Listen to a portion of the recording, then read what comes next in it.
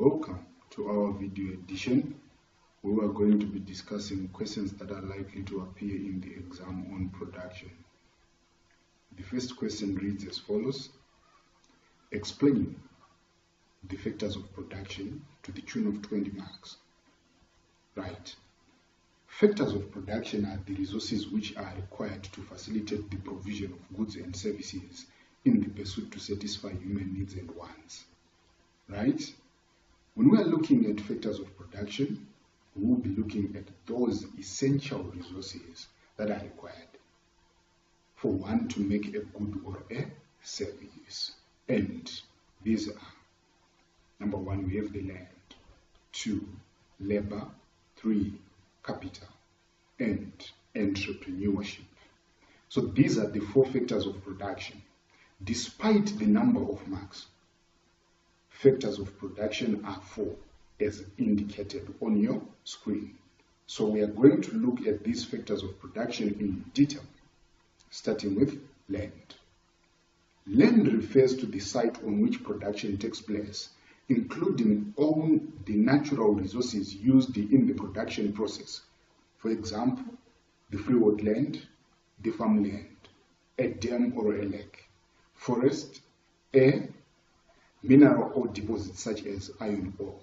So the idea that we're getting at is that land refers to the site or any resource that is provided by Mother Nature. And every factor of production that is provided in facilitating provision of goods and services must be rewarded, and the reward for land will come in the form of rent. Then we look at labor. Labor refers to the physical and mental effort provided by human beings in the production processes. We are getting at the point that every production activity will involve an input from human beings, which can be mental input or physical input. And the people who are going to provide their physical and mental effort will be rewarded in the form of wages and salaries. Capital is the other factor of production. And capital should not be limited to money alone, but capital refers to the resources, which can be money itself, property, plant and equipment, tractors, and so on and so forth. That is provided by the owner into the business. So we don't want a definition that will limit capital to be money provided at the start of the business. These are resources provided by the owner into the business at any time, right? And capital as a factor of production is rewarded by interest. Then entrepreneurship is the last factor of production that we're going to look at. Entrepreneurship refers to the process of coming up with business ideas and taking the risks associated with implementing such ideas. This is the only active factor amongst the factors of production. Entrepreneurship therefore combines these factors of production to make goods and services. To my mind, this is the starting point of production. It all starts off as an idea, and the entrepreneur will mobilize all the other resources in order to create goods and services for consumption by members of the public. And entrepreneurship as a factor of production is rewarded by profit. Right. So, in as far as this question is concerned, these are the things that we were supposed to provide. So, we can look at the next question. Right. The next question is on goods. And it is indicated on your screen, what are goods? To the tune of 8 marks. Right. Whenever we come across such kind of a question, the following mind map should appear in your head.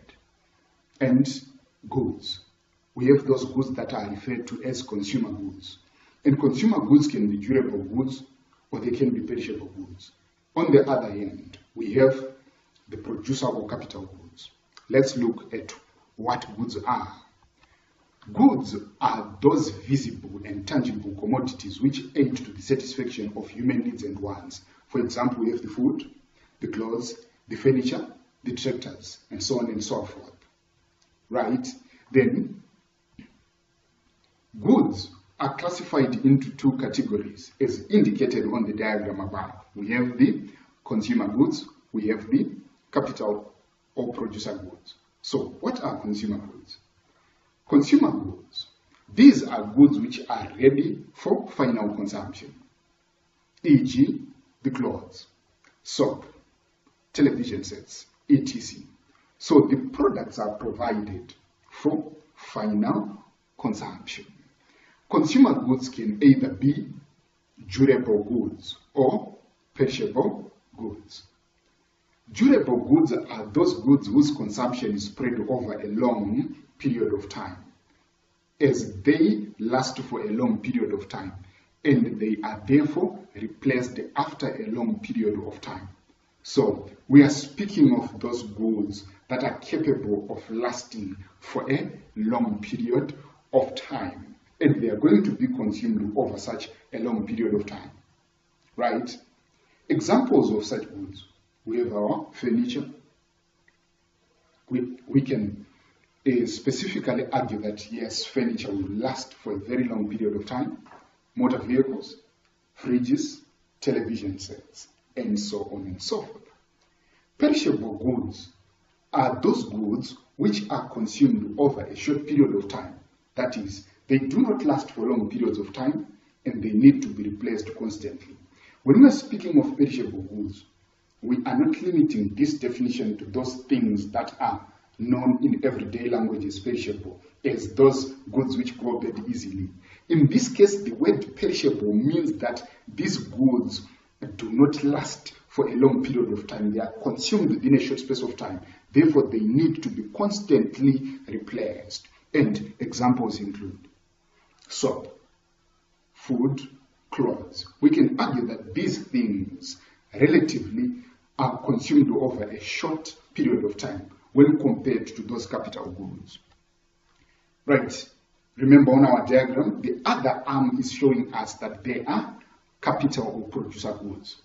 Capital or producer goods, these are goods which are used to produce other commodities.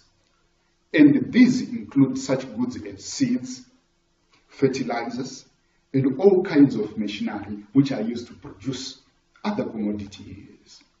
So, in as far as goods are concerned, this is what we are supposed to provide if a question asks so. Right, let's move to the next question. The next question looks at services, the distinction between the commercial services and the direct services.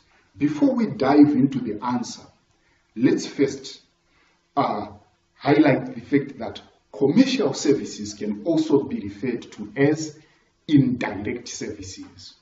And this is the subject of commerce, right? So let's waste no time and look at what services are.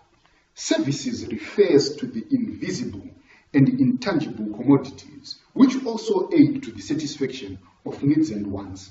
For example, we have the education, medication, transportation, as well as banking, right? So we are saying, we were looking at goods just a moment ago, but goods alone cannot satisfy the needs and wants that we all have. So we need the services to also satisfy certain needs and wants, right? So when we are looking at services, they are classified as follows, and the diagram can show. Services, we have one arm which shows the indirect or commercial services, and the other which shows the direct services. So looking at this diagram, we can see that the question would dwell more on indirect services because that's where a whole host of things belong to. Direct services, not much can be said about them. So indirect services are made up of trade and aids to trade. Or commercial services involve trade and aids to trade.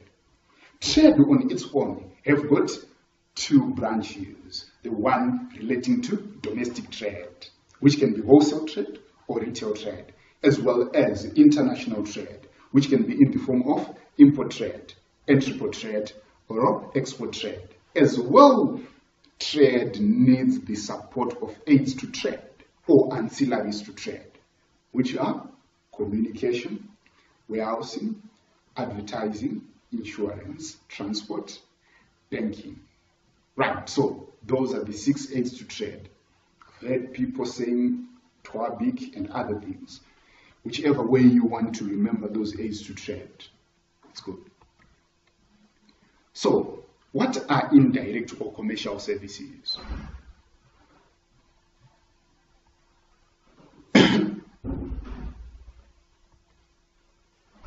Indirect or commercial services. These are services concerned with the distribution of goods and services in order to satisfy human needs and wants through trade and aids to trade. Trade itself.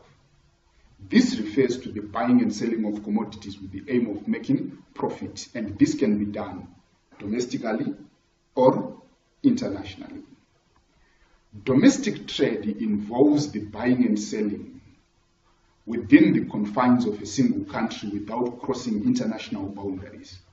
This is done by wholesalers and retailers. So, domestic trade, we don't cross international boundaries. We do things within the confines of our own country. Then, international trade involves buying and selling across international boundaries in the form of import trade, which relates to buying goods and services from abroad. Export trade, the selling of goods and services abroad, as well as entrepot trade, which involves importing for the purpose of re-exporting. Right. Branches of trade are shown in the diagram below. Trade itself, like what we have highlighted, trade, there is domestic trade, there is international trade. Under domestic trade, we have wholesale trade. We also have retail trade. International trade made up of 3 things: import trade, export trade, and entrepot trade. Right, be prepared to come across a question that will ask you to draw a diagram. In the past, it has happened. The examiner asked you on a diagram like this one. So make sure that you memorize what is on the diagram. Aids to trade or ancillaries to trade. What are they? These are services which support the buying and selling of goods and services. We have 6 aids to trade, namely transport, communication, advertising, insurance, warehousing, banking. And B, without these aids to trade, the buying and selling of goods will become difficult or impossible since they play an important role in the distribution of goods and services. For further details on these aids to trade, I have made separate videos on each and every aid to trade. Make sure you get a hold of it, and you are going to familiarize yourself with the ideas there, because it's highly examinable. Some of the things are likely to be examined on these aids to trade. So in as far as commerce or commercial services or indirect services are concerned, this is what we are supposed to provide. But the question was calling for a distinction between this and the direct services. So, direct services. These are services which are offered straight from the producer to the final consumer without need for intermediaries or middlemen. So, these are the kind of things that you cannot buy in a supermarket or any other retail outlet, but you have to go straight to the person who provides such kind of services in order to get these services. Examples of these services are the services offered by doctors, teachers, hairdressers, entertainers, plumbers, and so on and so forth. Let's meet again in another video edition where I'll be discussing other questions that are likely to feature in your exam. Thank you.